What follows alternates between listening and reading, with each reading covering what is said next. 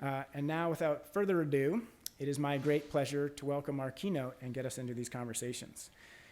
Kat Taylor's, her bio is in your journal, and if you don't already know, you'll see that she is highly accomplished. She has been a leader in driving systemic change on social and environmental issues, and particularly on the role of business and the role of capital in driving positive outcomes for society and natural systems. She's a pioneer in community investing. She was a vocal advocate for sustainable investing when she served in her role on the board of overseers at Harvard. And this is also a family effort, as many of you may know. Her husband, Tom Steyer, has been a leading climate activist and is now a candidate for President of the United States. So we are so pleased that Kat is here sharing her time and insights and thoughts with us. And so please join me in welcoming Kat Taylor. Thank you very much. I'll just bend this down a little bit. Thank you for this tremendous opportunity to be here today. Start with a little song. You tell me that I'm falling down, a drifter with no role. You tell me that I need a friend to help me take control. Well, let it be, I'm not alone, I'm only lonely sea. And you can't tell me where to go or what or who to be. I am exactly what I am, and not the way you'd like to see me be. I look outside long as I can, then I close my eyes and watch the world unfold before me. So thank you for having me in particular here today. I hope that I am proof positive that increasingly the world of investment, lending, and grant making needs to put at the helm women, younger people, and people of color. And so I'm going to personalize my remarks in the beginning to tell you how I have approached our opportunity to be in those worlds. So first of all, it's important to start with a mission statement. We are a group of organizations that envision a world with climate stability, a healthy and just food system, and broad prosperity. And we know we are up against some sizable odds. The vision that we have is of a world with no separateness, and that is borrowed from the long-standing worldview of the indigenous peoples of our planet.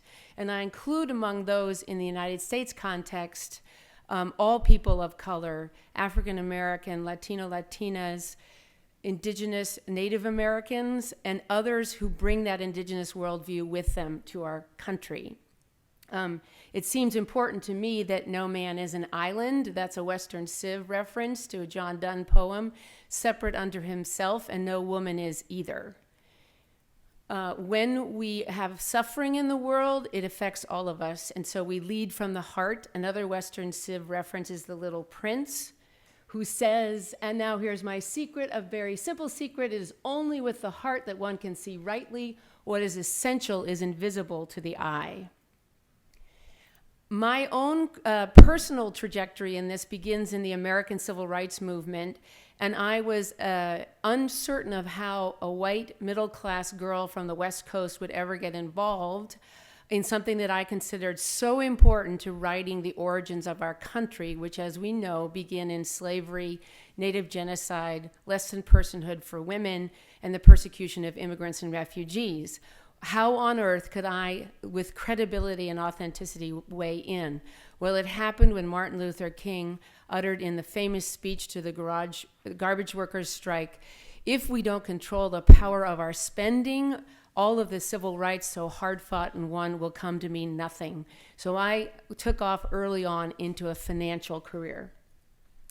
And I have recognized that it is no longer just about supporting the civil rights movement. It is nothing short of decolonizing wealth in the American context and beyond.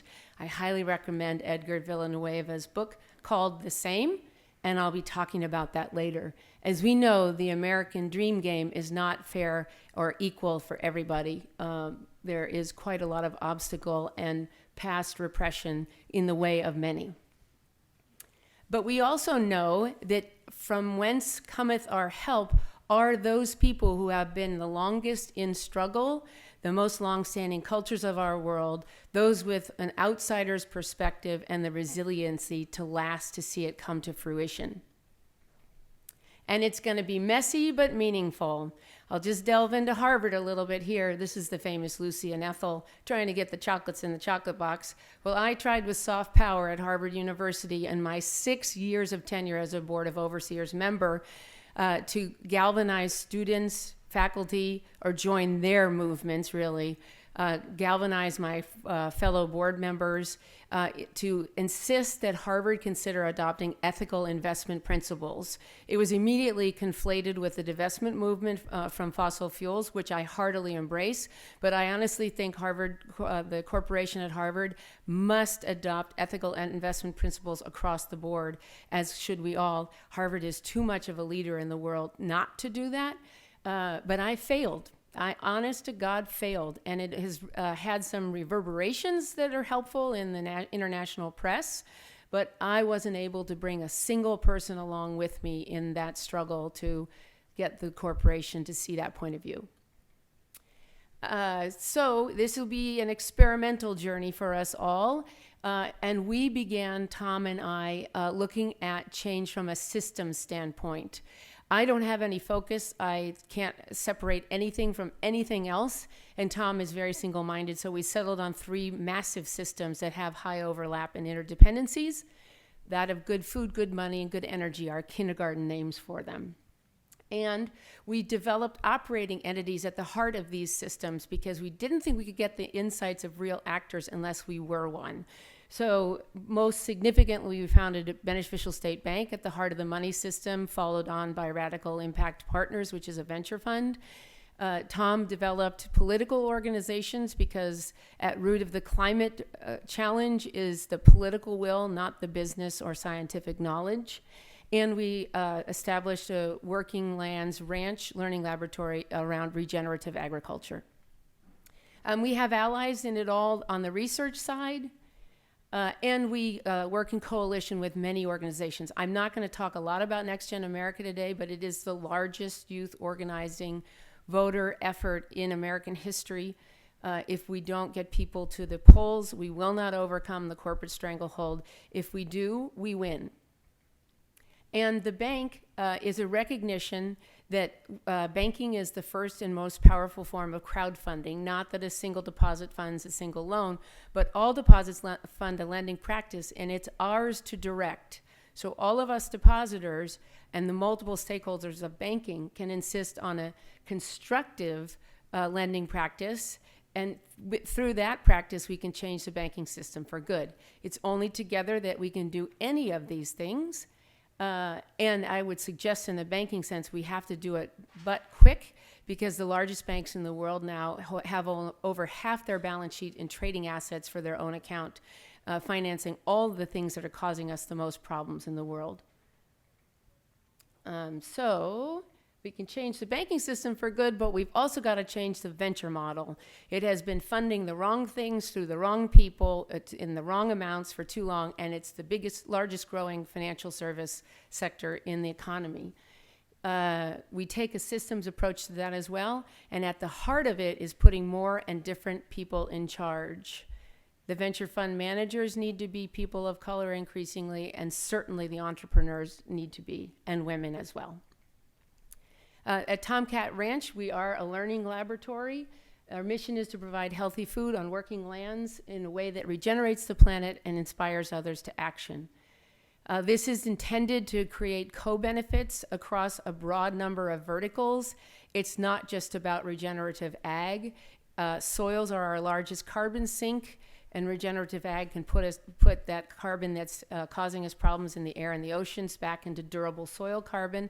But it also extends to benefits like biodiversity, water quality and retention, economic rural resiliency, human health, and animal welfare. And we have many strategies at the ranch for how that's going to happen. If I can give you any theme today of what's going on, it's that we need to come together and banish the idea of anything being separate. We are not separate from nature. We are not separate from each other. We are not separated by political or national boundaries. This is the case for that ungulates belong on the planet, on the grasslands, which are still the dominant cover of the planet other than the ocean. And they were at root of our ability to keep climate stability and to provide livelihood opportunities for all people. We are networked across the country and the bank, political, and ranch levels. And we work in big buyer strategies. So we're trying not just to shift policy and politics, we are trying to shift the economy. The economy is now driving more societal outcomes than either government or philanthropy. And we're heading towards what we hope is a form of mutualism. This is a strategy where the many work for the all. It banishes separateness, and it is, in our view, how we're going to create a sharing stakeholder capitalism and get away from a colonial version of capitalism. So now I'm going to go off deck for a little bit here because it's really important for us in the work we do to be constantly learning. I did just read Decolonizing Wealth by Edgar Villanueva, as I mentioned, and it's blown my mind again, which happens to me every time I get to read an expert voice from the outside, so-called outside. So when I think about the work we're doing now, I would recast it a little bit to saying that we are restoring more and different people to political power. We are making bank stakeholders powerful in the first place, and we are making agriculturalists and their communities powerful once again. We're learning as we go from practitioners and theorists, and we are much more attuned to the many ways in which we need to decolonize wealth. In fact, the way that we have prosecuted our natural resource agenda has set off oppressions over millennia, slavery, native land grabs, to name just a few. And colonization of the economy usually begins in natural resource plays. Interesting aspect of the Harvard divestment effort was the press that picked it up the most was the press also keeping track of land and water grabs across the world. The land theft and the cultural and physical genocide toward Native Americans in this country was economically motivated.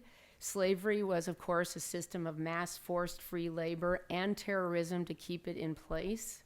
And we've recognized the extreme expropriation of work from and abuse of farm labor. These are all in the theme of a colonialized system of wealth making. So I would challenge everybody in the room and myself as well, since we are all in the business of investments, loans, and grants, what Edgar Villanueva said about those systems. Quote, "What remains unexamined with those kinds of reforms are frank conversations about where that wealth came from, why it's held back from public coffers, how it's invested as an endowment, and who gets to manage, allocate, and spend it." This is, to me, a call to action to cede power to those indigenous peoples, writ broad, who have withstood the worst abuses of our economy. And the good news from Edgar as well is, quote, "All of us who have been forced to the margins are the very ones who harbor the best solutions for healing, progress, and peace by virtue of our outside perspectives and resilience." So to end on a constructive note, as we were challenged by the materials, I want to talk about 3 examples of investments, loans, and grants. So public endowments, whether philanthropic, university, or governmentally held, in my opinion, must be fully aligned with public purpose. We are challenging philanthropy everywhere we can on the de minimis distribution requirements of private foundations and the lack of distribution requirements of donor-advised funds. And I will continue to fight these large universities who need to set the path for endowments to be invested in support of public purpose. I will say my husband, Tom Steyer, attempted the very same magic act at Stanford University and also got crushed and was the only single vote in favor of divestment.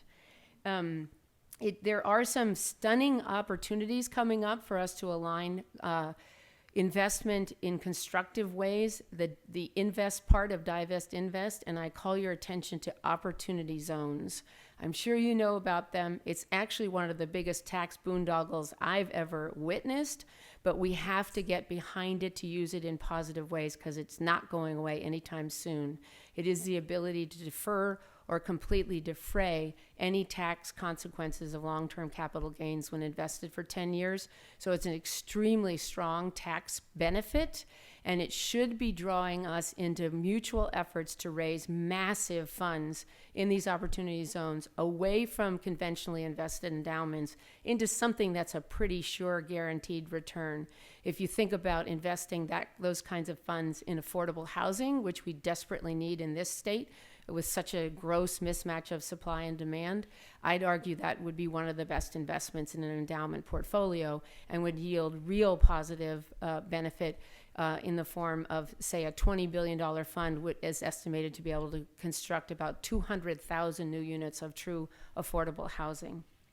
Graham Richards in the room, and he turned me on to a live and ready pipeline of net zero energy plus social equity shovel-ready projects in the opportunity zone space. There are websites cropping up all over the place. We should really get behind this, because if we don't put a lot of good capital out there through the opportunity zones, I can guarantee you there's already a lot of bad. We are building luxury condos that displace, storing pollution in low-income communities, engaging in fracking and other kinds of polluting activities, pawn shops, and we're displacing and gentrifying much more rapidly than we're building that necessary housing. So that's challenge number one, good opportunity zone investments. Bank loans, I mentioned that the biggest banks in the world are no longer lending into the main economy in any measurable, meaningful way. I think Chase Bank in the year 2018 dedicated about $19 billion to agriculture and about $60 billion, I may have that off a little bit, but you'll see exponentially we are not in the right scale towards small business. Just let that sink in there for a minute, because we are giving them federally insured deposits, the lowest cost funding in the economy, short of securitization, to build massive trading accounts for their own profitability. We should make them be hedge funds like they are, and they should compete against other hedge funds without FDIC-insured deposits. Or they can join us in the main economy and start dedicating bank loans back to where we need them. Women and minority-owned businesses, renewable energy projects, affordable housing, etc. Grants. I think private philanthropy is long overdue for reform, and we really do have to get dollars out the door much more quickly and eschew the whole notion of permanence in philanthropy. There is no point in having the biggest national foundations last forever when the planet and ourselves may not. It's time to deploy all that money rapidly and hold it to very high standards. I meant to say in the opportunity zone area too, please do, if you engage in that space, think about how other government subsidy and zoning laws can help put guardrails. So the last thing that I'll mention in terms of positive actions that we could all take is the possibility of grant matching savings for every child born in the United States. This is Bob Friedman's idea, chronicled in a few $1,000s. He estimates that if we match-funded savings account for the lowest economic, socioeconomic levels of society for children born into those categories at 5 to 1, a child would have $25,000 to consider going to college when he or she was 18. If every child gets at least a 1-to-1 match, we are encouraging savings and investment in the American economy and bringing along the political constituencies necessary to get something like that passed. If you want to know where the funding could come from, simply taking back the most recent give back of inheritance tax, which is about $70 billion a year, would fully fund such a program for every child in the United States. I'm actually going to finish a little bit early. I would love to have some question and answer, and I was also trying to get you guys back on schedule. But one last song, and then we'll open it up to Q&A. And this is perfect for this room, which is so beautiful, isn't it? They say that these are not the best of times, but they're the only times I'll ever know. And I believe there is a time for meditation in cathedrals of our own. So when I see that sad surrender in my brother's eyes, I can't stand aside and only sympathize. For we are always what our situation hands us. It's either sadness or euphoria.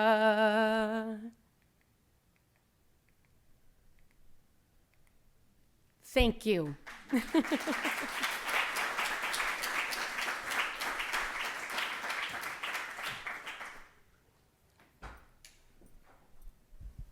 Thank you so much, Kat. And do we have any questions? Thank you so much. Our paths have actually crossed. You may not know it. My name is Val Red Horse Mole. I'm the new executive director of SVC, which was SVN. Mm-hmm. I'm a member of the Cherokee Nation. And I just want to say thank you for your recognition of Indigenous people and the things we've suffered. My question is, have you had much interaction with tribal nations, and are you working with many of our tribes? We are. I have had much more interaction through an organization called EcoTrust. In the banking world, it's been very hard to work with tribes because of legitimate sovereignty issues. It's hard to, I'll get into the minutiae here a little bit, it's hard to draft a loan agreement that's recognized in American courts as having standing, and so therefore it's hard to lend. We have been talking to the Native American Bank, and I have been working through the Venture Fund with some of the efforts on the Pine Ridge Reservation around restoring the buffalo and businesses associated with that, like Native American natural foods. But I wish we could do more on the banking side, because that's really the engine of the small business American economy. If you have suggestions of how we could engage further, I would love to know and do more of that work.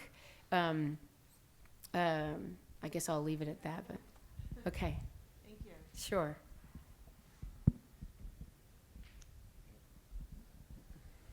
Hi there, Stephen Malta, Community Development Consultant with the Bay Area Council.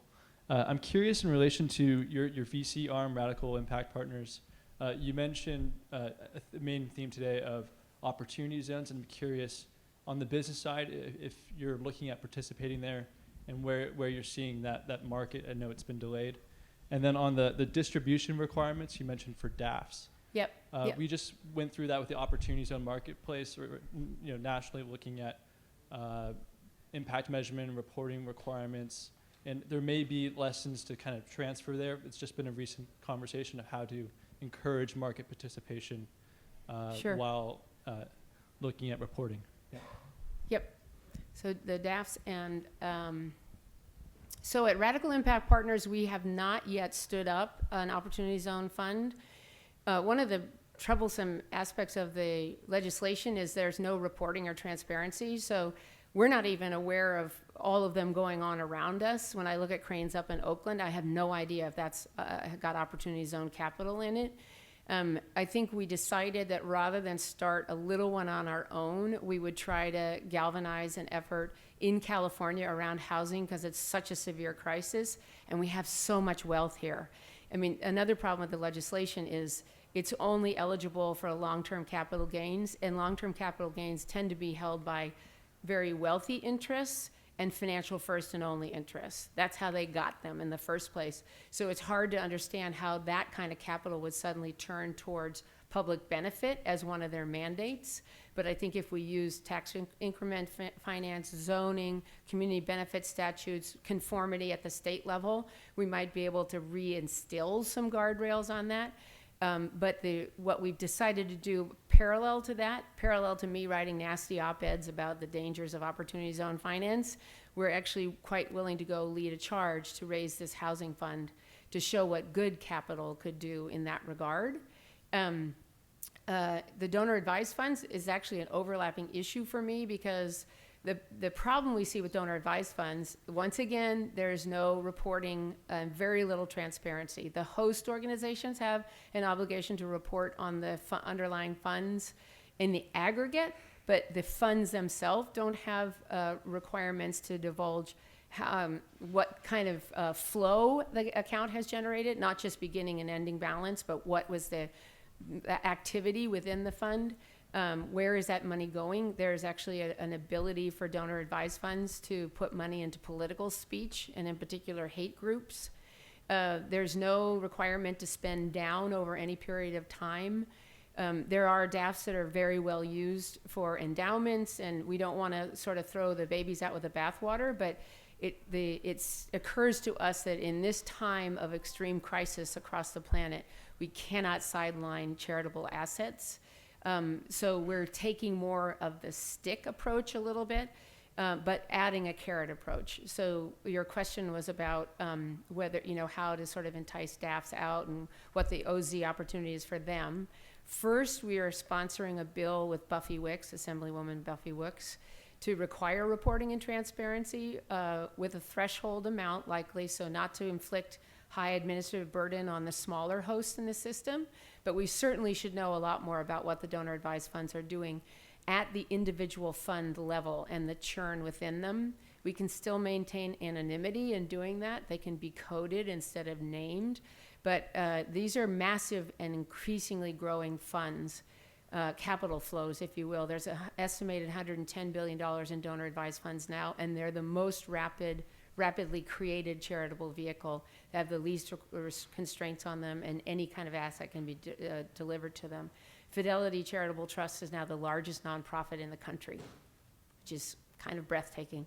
So we're going for a 2-year bill, first to get the reporting and transparency, and then to see what are the policy levers susceptible to curing for dollars out the door instead of assets under management, whether there are unfair fee practices by the commercial entities, what kind of reporting should be done on a habitual basis, and how we can encourage the promised charitable benefit to be now, since we gave up the government tax proceeds yesterday.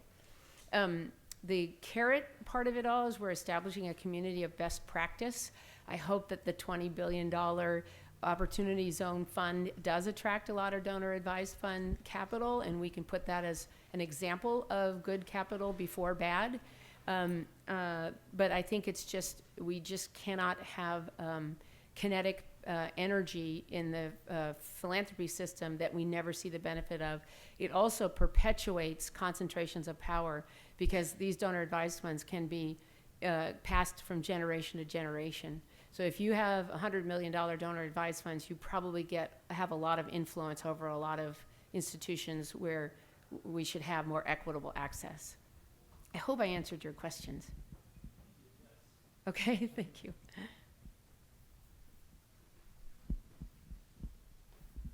Hi, thank you for the presentation. My name is Antonio. I am a second-year MBA, and I am from Peru, and I used to work for the largest bank there. So I'm very intrigued about I love the bank you've founded, and I love the mission of giving low-income people the possibility for finance them. So my question is, how do you manage, in a broad sense, risk, and for example, like to take it as a model for developing economies such as Peru, for example? Mm-hmm. So we knew from the start of the bank that it would have to compete well in the marketplace and be financially resilient. We're also very heavily regulated, so our first duty is safety and soundness in order to qualify for FDIC insurance and the deposits that it brings. So the job number one of the bank is to prove that a triple bottom line model of banking, serving social justice and environmental well-being in equal measure to financial sustainability, could work. And I will say a note about social justice and environmental well-being. We never separate one from the other. They're flip sides of the same coin. Every time we separate them, they beat each other up and they both lose. And as I was mentioning, the way we prosecute our natural resource agenda is how we have generated so much oppression and outright terrorism. So those three bottom lines are equally important to us. We feel like we have proven the financial viability of the model over and over again because we kept buying banks or expanding or doing something So our upward curve is a little bit like a lightning bolt, up and down a little bit, up and down a little bit, but we're getting there. Once we know that we have a economically viable model that could scale, it is not our intention to do the scaling. Our theory of change is that as a relatively small bank in the system, because we're $1 billion in assets and Chase is $2.5 trillion. You know how many different zeros that is. So we're sort of car change they could lose overnight.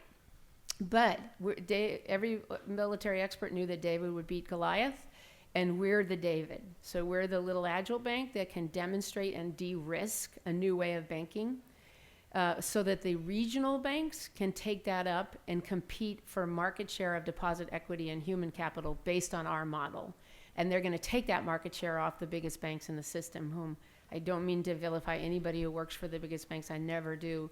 But the leadership should sort of understand that we don't think they're going to pivot. I mean, they're just stuck in a very old extractive business model. So those larger regional banks, I'll give you an example, Bank of the West, which is actually a division of BNP Paribas, which is a very big bank.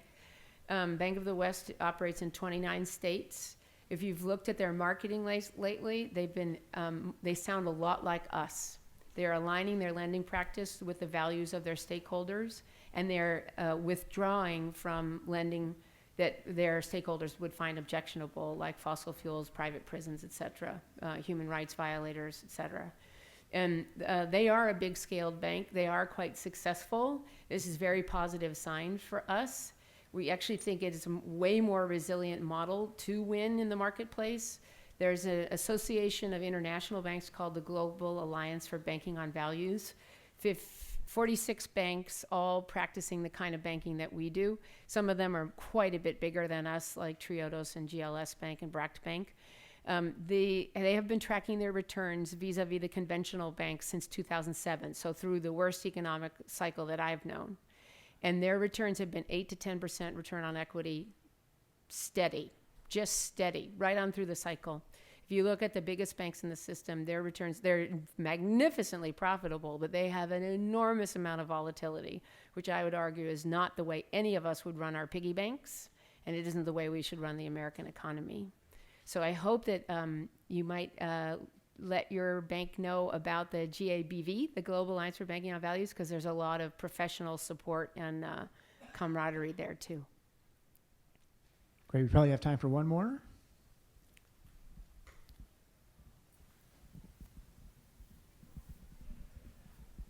Hi, my name's Carlo Colombo with National University, and I just wonder what you think about the idea of public postal banking.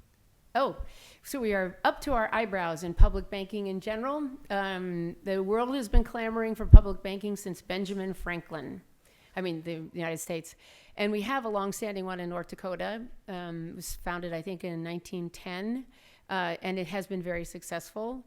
We are in favor of public banking, and the deposit channel collection mechanism could be post offices since they're physically branch-like, if you will. I can imagine other ways of collecting deposits or using custodial deposits as well. We work very closely with the Public Banking Alliance, which is an excellent organization that almost got a public banking charter passed in a measure in Los Angeles last election cycle. On a month's notice and $40,000 of funding, they got 42% of the vote. So the public has been in tune to this and wanting this for a long time. It's another way of aligning banking in favor of our values and the public interest and capturing the massive spending power in financial services that our governments have. So state of California has a bank called the Infrastructure Bank, or the I-Bank for short. It doesn't use deposit funding. It has bond authority, it has other authorities, it has financed infrastructure, renewable energy, it downstreams capital to community banks for small business lending. In my view, it sort of represents a skeletal architecture of what could be a state public bank in the state of California. I think it needs to be at that level, even if it had divisional banks that were allegiant to Long Beach or Shasta County or Elk Grove. A bank needs a certain amount of diversification, liquidity, and capital strength. But the iBank, interestingly, has a AAA bond rating. The state of California has a single A. So stay tuned. I hope we get somewhere with this. It would really help us in our mission. Thank you.